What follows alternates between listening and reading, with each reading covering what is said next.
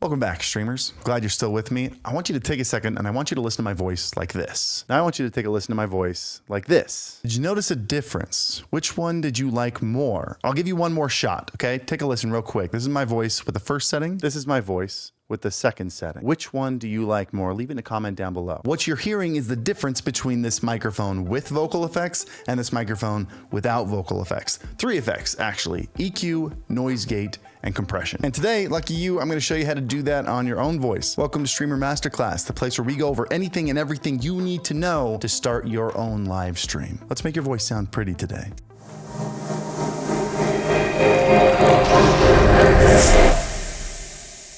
Dear streamers, if you're constantly trying to organize all of your stream windows like chat, notifications, multi-streaming, just all the things, well, you can now combine all of those things into one window using ground control by Stream Elements. I'll show you. It's a single window that shows you everything you need to see while you're live, so you can finally get rid of that laundry list of tabs that you open before you start every stream. You can see in my ground control, I've got chat right in the middle where I've got my personal Twitch and YouTube. I'm gonna turn off Senpai Gaming because I don't multi-stream to that one. I'm actually going to move this closer to the camera though. You can also add Trovo next to the multi-chat with more platforms coming in a little bit.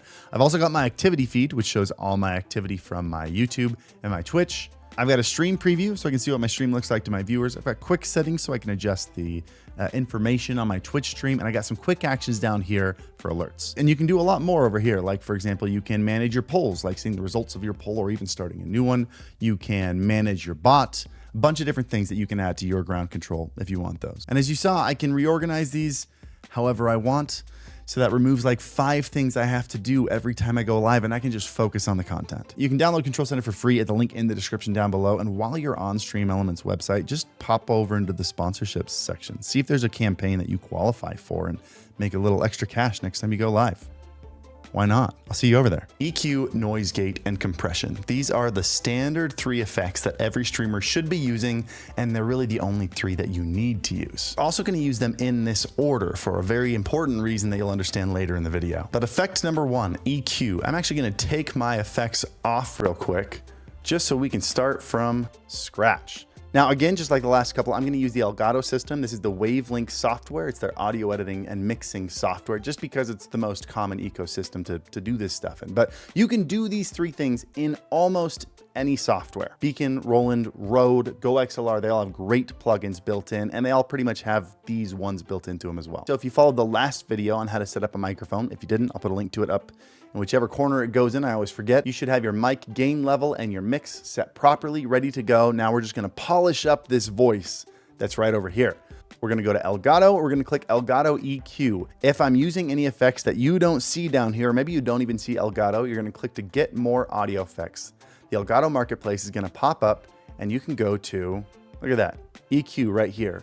And you're going to add it to Wavelink. It'll say get for you, but it'll install it into the Wavelink software and it'll show up right there. So we're going to start with EQ. Now, what an EQ does is EQ is almost like color correction, kind of like a filter will adjust and turn up certain colors and turn down certain colors to give it a special vibe, right? A special color. That's what we're doing here. We're coloring our voice. On the left side of this graph, we have our low end frequencies of our voice that you can hear as I turn this up. We start to get a little bit boomier, a little bit deeper. We got our high end over here that makes us sound a little bit brighter. Obviously, I'm cranking it up way too high, but I want you to be able to hear what this does and what happens if we turn it down and what happens if we turn it up. So we got our lows, we got our highs. In the middle here, we have our, you probably guessed it, we have our mids. That's what makes us sound a little bit muddy, a little bit nasally sometimes in this area. You can see as we cut it out, it starts to feel, if we go too far, it starts to feel a little bit empty, starts to feel a little hollow. But by combining some very simple and some very subtle EQ adjustments, we can make our voice sound pretty dang good. What I like to do is I like to make a little bit of a subtle smile. It's actually not going to look that subtle in this one because Elgato kind of cranks up the scale, the vertical scale of this. But I'm going to turn this low shelf up to +3. I'm going to roll off a little bit of the low rumbles there. That gets a little bit excessive. I'm going to pull down the mids here around 500 hertz. And then I'm going to add a little bit of brightness up here. Now, I just want you to know, I'm not wearing headphones. I can't tell what I'm doing. I'm probably not doing it just right, but there's a reason for that. I just want you to be able to hear the difference between what we did there. if I turn off the EQ that I just did, and then I turn on the EQ that I just did. Do you hear a difference? Now, I've got good news for you if you're already feeling a little bit overwhelmed. If we go back into this EQ here, you can see up in the top, if we click this little grid, we've got some presets. And I got a special one right here that I made for you. If you click the little marketplace icon up here, it's going to take you again to the Elgato marketplace. And instead of going to audio effects, we're going to go back to audio. We're going to look up presets. And look at that, there's my face. What a great preset. If you're using a dynamic mic, which most people are for streaming, the SM7B, the Rode Pod mic, the Electro Voice R20, those are all great dynamic mics. And this is a starter EQ for dynamic mics. So if you install that, you can go into your EQ, you can click on this and you can click Harris's dynamic mic preset, or I have given you a very fine-tuned and great preset to start with. Now, keep in mind, every mic is different. Also, every voice is different. You're gonna have different strong frequencies and different weak frequencies that you're gonna wanna adjust for. So what you should do is you should install this template and then afterwards make some adjustments and listen to it and see if you like it. Maybe turn down the highs, maybe turn up the highs if you don't feel like it's bright enough. The only thing I would recommend is you don't do anything too serious. For the most part, I don't bring anything above maybe 3 or 4 dB of gain. You can see the 3 over here, and when you're dragging, it shows you the 3 and the 4. You can also scroll while you're on these to change the slope of those curves. You can see on a middle one, it'll make it wider and thinner, but I actually really like the default. Naturally, I made it with my own voice. But here's one of the issues with Elgato software that other software has as well, is that the processing isn't done on the device, meaning as you adjust this, if you're wearing headphones and you can hear your mic, I don't actually hear the adjustments I'm making here. I can crank it all the way up here. It's gonna sound crazy for you. I'm gonna hear the same thing in my headphones as if I never put this on. So here's how you adjust for that. This is a little bit of a hack right now. I've got my camera and my microphone going into OBS. Technically, you don't need your camera. You can do it just with your microphone. I'm gonna record about 30 seconds of myself talking, and I'm just gonna ramble. I'm maybe gonna get a little bit loud. I'm gonna get a little bit quiet, but I'm gonna talk in a normal voice, trying to emulate the way I talk when I'm on stream. I've got about 12 seconds. I'd probably go 30 seconds if I were doing it in real life for myself. Then what I'm gonna do is I'm gonna open that video that I just recorded, but that's gonna be coming through system here. What I can do is I can add EQ to the system channel over here. Let's add the same EQ. I'm gonna add the same default template here, and then I can adjust this, and as I'm adjusting it, it's applying to this video that's playing. I can hear what this EQ is gonna do to my voice, so I'm gonna make some adjustments until it sounds the way I want my voice to sound. And then I'm gonna save it as a preset. We're gonna call it new preset. Now check this out. I can go over to the SM7B over here. I can go to my Elgato EQ, and there's our new preset that we just made. The adjustments that we made to the video are now applying to our actual voice in real time. Now, one last thing where EQ really comes in handy is sometimes you have something called a resonant frequency in your room. This is a vibration that naturally happens in your environment. So maybe it's your desk that your mic is on happens to vibrate at a certain frequency. Maybe the walls are a certain distance, and so certain frequencies happen to bounce really easily back and forth. It could be anything, but sometimes you might be watching your stream back or maybe watching this recording, and you hear this really strong hum frequency or this one obnoxious sound. I don't know how to describe it, but you'll actually hear it when I do it here. I'm gonna double click on this line to add another band. And I'm gonna make this a really, really pointy band. And I'm gonna crank this up. And again, I won't be able to hear it, but you might be able to hear just a little weird hum happening here as I talk, maybe in these lower frequencies. And it can get kind of annoying. If I pull this up here to maybe around here, you can hear when I'm talking, there's just this weird little hum that accentuates in my voice. And you can't really tell what it is, but you know something's bothering you. A lot of streamers get these because you're not in crazy soundproof environments and they don't know how to fix them. What you do is you're gonna take a strong point like this, maybe broaden it out a little bit more so it's not quite as thin. And then you're gonna play a recording of your voice and sweep across until you find it. When you find it, it will get really, really strong. And you're like, that's the one, that's the hum. Make note of what that frequency is and just pull it out.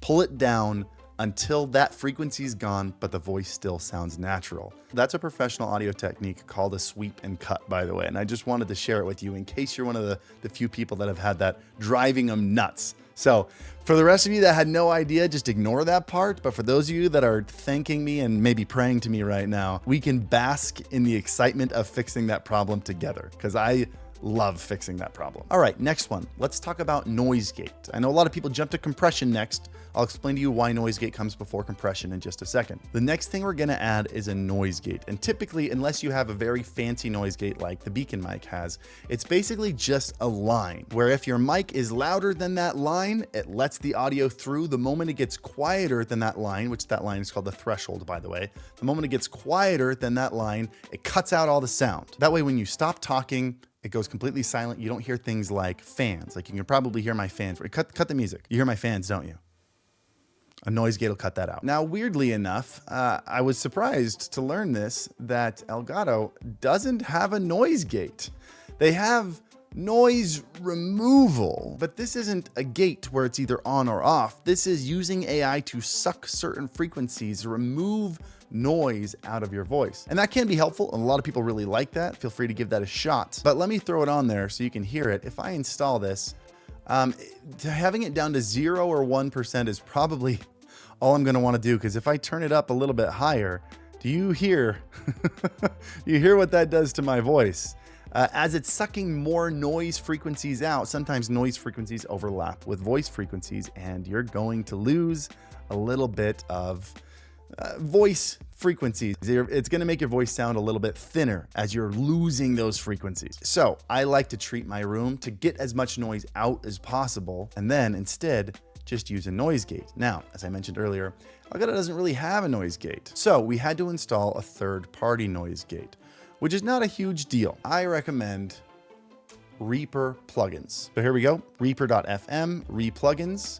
You're going to install probably the 64-bit if your computer is not 15 years old. This will install them on your computer, and what you'll do is you'll hit the setting button right here. You're gonna go to Audio Effects, and in VST2 folder, what I did is I went into my C drive, Program Files, and then VST plugins, and I selected that folder and then scanned folder for plugins. That found all the Reaper plugins. It installed them right in there. So now when I go to add effects, I don't know why that says, I'm gonna say cuckoos, but I know that's not what it says. I don't know why it's that. But I got all the Reaper plugins right here, and we're gonna do re-gate. Now, this is not as nice looking as the Elgato ones, which is why I'm not a huge fan, and that's why I'm kind of bummed that Elgato doesn't have a nice noise gate. I would love them to make an expander like they've got on the Beacn system. But just know you can ignore literally everything except for this little guy right here. This is all you need. This is the only thing that you need on here. So pretend it's just this over here. Now, very similar to the last one, what we're gonna do, I'm gonna record myself into the microphone again, but this time I'm gonna record a little bit softer. And I'm gonna leave some dead space in there. I'm gonna leave about 5 seconds of dead space right now. And then I'm gonna talk quieter even more, and even get some breaths. Any little sound that might be right on the verge of where that threshold is. We're gonna open up the noise gate, and then we're just gonna mess with this slider until it cuts out all the noise without cutting out any of our voice. Record myself into the microphone again, but this time I'm gonna record a little bit softer. And I'm gonna leave some dead.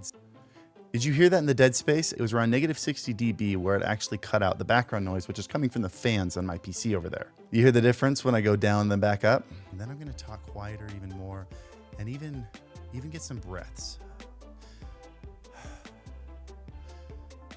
You can hear what happens if I crank it up too high. Any little sound that might be right on the verge of where that threshold is. But it sounds like we got it right on the perfect spot there. Any little sound, nailed it. And we ended with -57.4. I'm just gonna remember that number. I'm gonna go to my voice channel. I'm gonna add a plugin. We're gonna add the re-gate, and I'm gonna bring this to -57.4.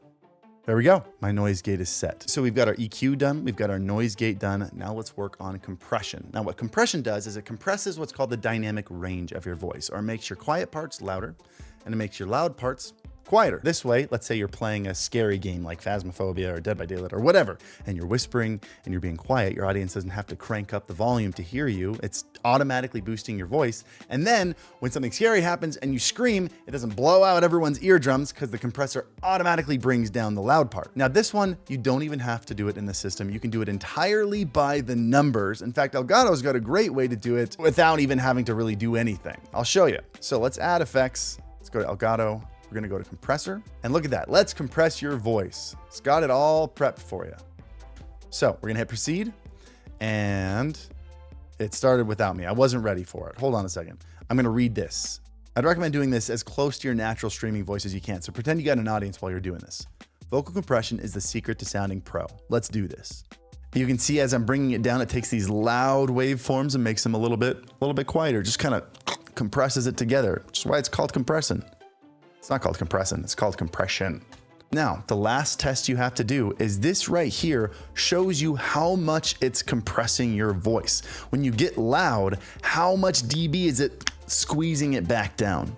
And what you want is in your normal talking voice, you want this to kind of hover between -5 dB and -10 dB. So it sounds like I might actually have mine a little bit strong right now. I'm gonna take this threshold and drag it back up. And then if I talk in a normal voice, that's actually looking pretty good. It's generally between -5 and -10 anytime I'm talking. And if I get a little bit loud, it'll get above there, but not too far above it. And that's all you gotta do. It works a similar way on some other systems like the Beacn one, but just a little bit extra help. If you're not on one of these systems that makes it easy, just know some of the settings you want are a 4:1 ratio. That is a typical compression for a voice. Attack and release just somewhere around these numbers. They'll fluctuate a little bit based on the device you're using, but not a big deal. And then Elgato has an auto makeup gain, but you just kind of need to adjust this to make sure your voice is the proper volume after you're done compressing it. So if you were to turn off the compression and back on the compression, it sounds about the same. And that's where you're adjusting this slider right here. And that's it. Your voice now sounds like a pro. How does mine sound? What happens if I turn these off and then I turn them back on? Does that sound better with these back on, or does it sound better with them off? Let me know in the comments down below. But now we've gone through USB mics, XLR mics, and mixing using interfaces and putting plugins on your voice to make them shine. You guys are becoming real streamers. If you've enjoyed any of these, or if you found the channel through these videos, hit the subscribe button. I appreciate you being here. It's good to have you. Hit the like button while you're down there. Maybe comment something. If you didn't find any comments during the video, just leave your favorite emoji for engagement. And I love you guys. I hope this helped, and I'll see you in the next one, which should be fun. I'm excited for it. Happy streaming, you guys.